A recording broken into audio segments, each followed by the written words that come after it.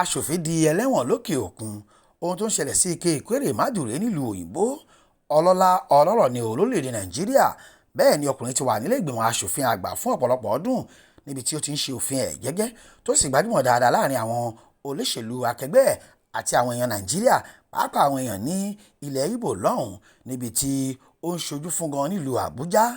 Ike Ekweremadu ni à ń sọ ọ́ bó ṣe ní ọlá tó gbajúmọ̀ bí ìṣáná ẹlẹ́ta lórílẹ̀-èdè yìí tó jẹ́ pé ohun tó bá sọ láàrin àwọn ará ẹ̀ pàápàá ní Nàìjíríà níbí adájọ́ ayé ní Nàìjíríà tó máa yí padà yóò múra o ṣá o níbí nìyẹn ti lè ṣiṣẹ́ o. Ọ̀rọ̀ kò rí bẹ́ẹ̀ fọkùnrin aṣòfin yìí nílùú òyìnbó níbi tí wọ́n ti fi ẹ̀sùn kan òun àti mọ̀lẹ́bí ẹ̀ tí ọkùnrin sì ń fi orí ọlá ẹ̀ ṣẹ̀wọ̀n lókè òkun. Báwo ni ọ̀rọ̀ kíndìnrín ṣe yẹ gan? Ta ló fẹ́ ta tiẹ̀? Ta ló fẹ́ rà á? Ta ni nǹkan ṣe tó nílò pàṣípààrọ̀ kíndìnrín tí kò ṣe má ní lágọ̀ọ́ ara? Ọ̀túnba lóyè Tòkunbọ̀ Babs Olúrìndé, ẹni tí gbogbo ayé túmọ̀ sí Skin Dúdú, gbajúmọ̀ pèdèpèdè sọ̀rọ̀sọ̀rọ̀ akọ́ṣẹ́mọṣẹ́ oníròyìn ló fẹ́ gbé wa débẹ̀ kẹlẹ́lẹ́ o. Ẹ máa bá wa ká lọ. Gbogbo ẹ̀yin abiyamọ, mo kí yín kú ọ̀rọ̀ ọmọ. Mo wá ṣe ládùúrà fún yín pé ẹ ní dààmú, gbogbo yín lè máa jẹun ọmọ nírọ̀rùn, ẹ ní fìnira jẹun ọmọ. Ọ̀rọ̀ ló kó mo rò wá o. Ọ̀rọ̀ ẹbí Ekweremadu mo mọ̀ pé kì í ṣe ohun tuntun sí etí ìgbọ́ ẹnì kankan wa mọ́, ṣùgbọ́n ọ̀rọ̀ lọ́rọ̀ òun la máa fi ń ṣe àríkọ́gbọ́n. Mo wo ọ̀rọ̀ yìí, mo wá fi ojú lámẹ̀tọ́ wo, mo wá fa kò mọ́ òkun kan jáde ń bẹ̀. Ohun tí mo fà jáde ni pé ìwà ìṣòótọ́, ìwà ojúkòkòrò àti ìwà ọ̀kánjúà, jẹ́ kí n pè lọ́kánjúà. Ẹ jẹ́ kí n yọ̀nà ọ̀rọ̀ yẹn ní ṣókí fún àǹfààní àwọn tí wọ́n mọ ohun tó ṣẹlẹ̀ tó oríṣiríṣi láwọn èèyàn ni wọ́n ti ń sọ. Mi ò wá dẹ́nì kankan lẹ́bi o, ṣùgbọ́n mo fẹ́ ká fa nǹkan kan yọ ń bẹ̀ ni. David Upo tó jẹ́ ọmọ ọdún 21, ìyẹn 21, ó jẹ́ ọmọ oníṣòwò kéréje kan ní ìpínlẹ̀ Èkó. Ọmọ yìí ni wọ́n bá sọ̀rọ̀, wọ́n dẹ̀ ṣe oríṣiríṣi ìlérí fún wípé òun ló máa lọ donate kidney fún Sonia. Àbálò àbábọ̀ gbogbo ẹ̀ ṣáà lọ, ọmọdé ilé ìwòsàn. Nígbà tó dé ilé ìwòsàn, ẹ̀tọ́ àwọn dókítà bí wọ́n ṣe máa ń ṣe níbẹ̀ yẹn ni pé wọ́n máa bi ẹni tó fẹ́ wá donate pé ìjọ mọ ohun tó fẹ́ wá ṣe níbí báyìí, ṣé wọ́n sọ fún ẹ pé ó fẹ́ wá donate kidney fún Sonia? Wọ́n bí ọmọ ní òun ò lówó tó máa fi donate kidney fún ẹnì kankan. Wọ́n ní kì í ṣe owó, àní ó máa donate kidney. Wọ́n kọ̀ rò pé dàbí pé èdè òyìnbó ni kò yé, torí òyìnbó David náà kò ṣe bẹ́ẹ̀ dùn mọ́rán. Wọ́n bá ṣáà wá ẹnìkan kó ṣàlàyé fún pé kidney ni ó wá donate fíbẹ̀, ó fẹ́ fi kidney kan ó fẹ́ fi sílẹ̀ fún ẹni tí ìkan ò ṣiṣẹ́ o.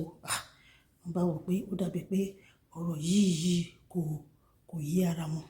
Ṣùgbọ́n àbálò àbábọ̀ wọ́n rí pé David gan kò tilẹ̀ mọ ohun tó ń jẹ́ kidney, kò mọ̀ ohun tó ń jẹ́ kidney, kò yé. Èyí ló wá jẹ́ kí àwọn dókítà wá wò wípé wọ́n fòye gbé wípé ó dà pé ọmọ yìí ò mọ ohun tó wá ṣe níbí báyìí o. Ní abẹ́ òfin, tó o bá fẹ́ kéèyàn wá donate kidney, o gbọ́dọ̀ ṣe àlàyé fún lẹ́kùnrẹ́rẹ́ dáadáa. Wàá ṣàlàyé fún nǹkan tó fẹ́ ṣe, wàá dẹ̀ tún sọ ewu tó wà ńbẹ̀, ewu tó rọ̀ mọ́ nǹkan tó fẹ́ ṣe. Èyí ló jẹ́ káwọn dókítà kan fagilé wípé àwọn ò lè ṣe. Wọ́n wá sọ wípé mismatch, òyìnbó yẹn ni wọ́n lò, mismatch. Mismatch yẹn kì í ṣe wípé kíndìnrín yẹn kò bá tọmọ yẹn mu. Mismatch ni wípé ó dàbí pé ọ̀rọ̀ yẹn kò gúnrégé, kò sí àjọṣepọ̀, kò sí àsọgúnrégé, àsọyanrantí ló wà ńbẹ̀. Tí ó bá dẹ̀ ti sí àsọyanrantí, mismatch yẹn àwọn dókítà wọn ní ṣetán, wọn ní ṣe.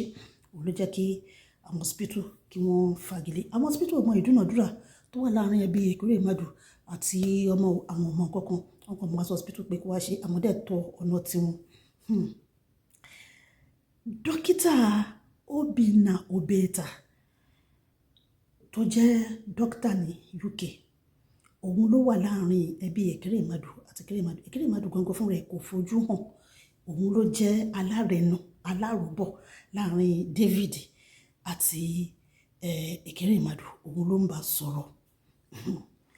ọ̀rọ̀ wá bẹ́yìn yọ nígbà tí wọ́n rí pé wọn ò ṣe mọ́. Dókítà obìnrin náà àti Ekweremadu wọ́n wá wò pé àwọn máa dá ọmọ yẹn padà wá sí Nàìjíríà. Dídá tó fẹ́ dá ọmọ padà sí Nàìjíríà òun ló jẹ́ kí ọ̀rọ̀ kó búrẹ́kẹ́ kó kété kó búrú mọ́ òun lọ́wọ́. Ibi tí wọ́n fi ọmọ yẹn pamọ́ sí lọ́wọ́ bá sá kúrò níbi tí wọ́n fi pamọ́ sí ló bá sá jáde ńbẹ̀ nígbà tó ti gbọ́ pé wọ́n máa dá wọn padà sí Nàìjíríà. Ó ní ìlérí tẹ́ ẹ ṣe fóun ní pé ẹ máa fún wọn níṣẹ́ ẹ̀dẹ̀ máa rán wọn lọ sí skul rán mi lọ sí skul mọ́ ẹ̀dẹ̀ fún mi níṣẹ́ lọ́wọ́ bá sá kúrò ńbẹ̀ pé ẹ̀ẹ́dẹ̀ dá mi padà o. Ibi tó bá wá sá sí ó dàbí pé ebi pa pípa tẹ́bi wá pa ló wá lọ fi ara ẹ̀ hàn lọ́ti ọ̀dọ̀ àwọn ọlọ́pàá. Ó lọ fara ẹ̀ lọ́lọ́pàá lọ́wọ́ pé ẹjọ́ ẹgbà ń mú. Àwọn ọlọ́pàá wá bí ní gbogbo ọ̀rọ̀ àwọn ọlọ́pàá wá béèrè ọ̀rọ̀ kan lọ́wọ́ ẹ̀. Wọ́n ní ṣé àwọn tó ń sọ yìí ǹjẹ́ wọ́n fún ẹ lówó? Ó ní bẹ́ẹ̀ ni wọ́n fún òun ní 270,000 naira, 270,000 naira, yeah, 270,000 naira. Ẹ má bínú, náírà ti ń confuse me. 270,000 naira òun ni wọ́n fún ọmọ yẹn ní Dr. Obeta ló fún ọmọ yẹn. Nígbà tọ́rọ̀ wá ń lọ tó jẹ́ ọ̀rọ̀ ti dìwádìí ó sì ṣe mọ̀ pé ó ti dọ̀rọ̀ ọlọ́pàá. Wọ́n wá wo àwọn WhatsApp message tó wà láàrin Ekweremadu àti Dr. Obinna náà wá rí i pé nínú àjọsọ wọn àti ọ̀rọ̀ tí wọ́n ti jọ ń sọ Dr. Ekweremadu ti fún dókítà yẹn ní 4.5 million láti fún ọmọ yẹn 4.5 million láti fún ọmọ yẹn ṣùgbọ́n dókítà Ogemọ́wọ́ ó wá fún ọmọ yẹn 270,000 instead of 4.5. Ekweremadu ti fọkàn balẹ̀ wípé òun ti fún lówó kó ṣáà máa bá iṣẹ́ lọ ṣùgbọ́n dókítà oge yẹn mọ́wọ́ kò fún ọmọ yẹn. Ibi tí gbogbo àṣírí ọ̀rọ̀ tó ti bẹ̀rẹ̀ sí. Nígbà tí wọ́n wá wo dókítà wá ó purọ́ pé lára àárọ̀ tí wọ́n pa òun ni pé lára ẹ̀sùn tí wọ́n kà mọ́ Ekweremadu ni pé ó sọ pé àbátan òun ni David ó kọwọ́ bọ̀wé pé cousin ni David jẹ́ sáwọn.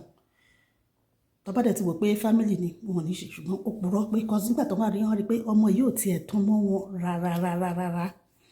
Wọ́n purọ́ dókítà ó ṣojú kòkòrò owó gbogbo àwọn èyí gbogbo àìṣedédé yìí òun ló ṣe àkóbá. Ṣé ẹ gbàgbé ibi tí mo ti ń bọ̀ tí mo ti ní ohun mẹ́ta kan ni mo fàyọ mo ní ìwà ìṣòótọ́ ojú kòkòrò àtọ̀kánjúà.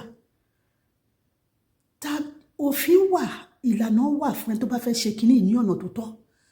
In fact ní western world ní irú bí America o lè bọ́ sórí àwọn platform wà tó jẹ́ pé ìwọ tó bá fẹ́ donate tó bá nídìí kan donate fún ẹ wá sọ pé ẹjọ́ mo nídìí kọ́kọ́ báyìí àwọn onínú dídùn ọlọ́rẹ́ wá wọ́n sọ pé àwọn lè ṣe kò sí. Ṣùgbọ́n lórílẹ̀‐èdè Nàìjíríà àti láìkí short cut jù ká ṣáà máa gba ọ̀nà ẹ̀bùrú ṣe nǹkan ká máa ṣe ọ̀nà àlùmọ̀kọ́rọ́ yìí ṣe nǹkan òun ló fa gbogbo eléyìí.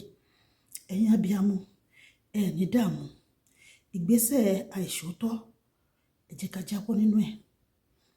Gbogbo nǹkan tá a bá ń ṣe ẹ jẹ́ ká máa wà plain ká máa ṣe déédéé pẹ̀lú ẹ̀. Ohun tí mo fẹ́ fàyọ ń bẹ̀ nìyẹn o. Tó bá jẹ́ pé wọ́n ti ṣe gbogbo ẹ̀ lọ́nà tó tọ́ wọ́n á gbàdúrà pé Ọlọ́run á bá wa fún Sophia Ọlọ́run á bá wa fún ní àlàáfíà àrídọ́nà àwọn ẹbí náà Ọlọ́run á bá wa tún fojú lámẹ́tọ́ torí pé kò sí abiyamọ tí ò lè ṣe náà kò sí abiyamọ tí ò lè ṣe pé kọ́mọ òun ṣáà ní àlàáfíà. Ṣùgbọ́n yẹ kórílẹ̀-èdè Nàìjíríà náà tó wá kọ́gbọ́n bẹ̀ ẹ jẹ́ ká fi gbogbo nǹkan ká ṣe dáadáa lọ́nà tó tọ́. Àsìkò tágbára bá wà lọ́wọ́ wa tá a láǹfààní láti ṣe nǹkan tó yẹ ká ṣe ẹ jẹ́ ká ṣe torí àmọ̀gbà tá a máa nílò ẹ̀. Gbogbo àwọn tó wà ní helm of affairs ní governance kàn fi Ekweremadu yìí kàn fi kọ́gbọ́n o tí ẹ̀ lárí lè ní o àwọn tẹ̀ tó ń bọ̀ lọ́la. Gbogbo ẹ̀ lọ gbogbo àwọn alágbára ayé pátá ni wọ́n dìde o nínú wọn náà ni àrẹ̀mọ Ọbásanjọ́ olówó òdúrú. Wọ́n gbìyànjú láti lo apá òun ẹsẹ̀ wọn ò fẹ́ kí Ekweremadu ṣẹ̀wọ̀n lóòyìnbó ṣe ní tòdodo ọ̀gá ní ńlá ni o bí 20 ọdún ni yóò ti lò nílé ìgbìmọ̀ aṣòfin àgbà bẹ́ẹ̀ ló tún sọ̀kalẹ̀ wá láti Àbújá tó lóun fẹ́ ṣe gómìnà ìpínlẹ̀ òun níbi tí òun ti ń ṣojú fún tipẹ́ ṣùgbọ́n bó ṣe kùdẹ̀ kí ètò ọ̀hún bẹ̀rẹ̀ tó lóun ti yọwọ́ ẹsẹ̀ náà ní àgbákò oníkìdìrín dé o ló bá di wì lọ́gbà ẹ̀wọ̀n ní Ike Ekweremadu bàbá Sóní àbábára ẹ̀ nílùú òyìnbó níbi tí ó ti rógun ẹjọ́ tó rí dààmú tí ó sì padà fi aṣọ ẹgbẹ́jọlá tí wọ́n fún wọn lọ́hùn lo ọdún 9 gbáko lọ́gbà ẹ̀wọ̀n bẹ́ẹ̀ kì í ṣòun nìkan ìyàwó ẹ̀ pàpà yóò lo ẹ̀wọ̀n ọdún 6 lọ́hùn nígbà tí dókítà tó jẹ́ aláròbọ̀ pàpà afẹ́ni tí ó fẹ́ ta kíndìnrín èèyàn láì kìí ṣe ti ẹ̀rùn ògúnfe yóò lo ìgbà tiẹ̀ náà lọ́gbà ẹ̀wọ̀n nílùú òyìnbó ṣá o. nínú ètò ìdájọ́ wọn lórílẹ̀‐èdè gẹ̀ẹ́sì lọ́hùn náà ni wọ́n ti ṣíjú àánú wo ọmọ wọn tó ń ṣòkùnrùn ìyẹn Sonia tó nílò kíndìnrín. wọ́n ní kó máa lọ ní àlàáfíà kó ètè lọ wá ẹni tí yóò ràn án lọ́wọ́ tí yẹn kò ní ní ẹjọ́ nínú. bẹ́ẹ̀ lọmọ tí wọ́n fi agídí mú láti wáá fi kíndìnrín tiẹ̀ sílẹ̀ náà ń bẹ ìjọba ìlú òyìnbó gidigidi o kí wọ́n má ṣe dáhùn padà sí Nàìjíríà. àlàyé tí ọmọ yìí sì ń ṣe ni pé níṣe ni wọn yóò pa òun dànù kí ìjọba gẹ̀ẹ́sì dákun jọ̀wọ́ kó fi òun sílẹ̀ yẹ́ ní Lọ́ńdọ̀nù kí òun máa ṣe àtìpó lọ lẹ́yìn odi èyí tí olóyìnbó ń pè ní àsáílọ́ọ̀mù. Alore TV nílé nílé òkúni ẹ máa wò ó ètò tó kọ́ni lọ́gbọ́n ètò tó kọ́ni lóye ní gbogbo àgbáyé ẹ máa wò ó.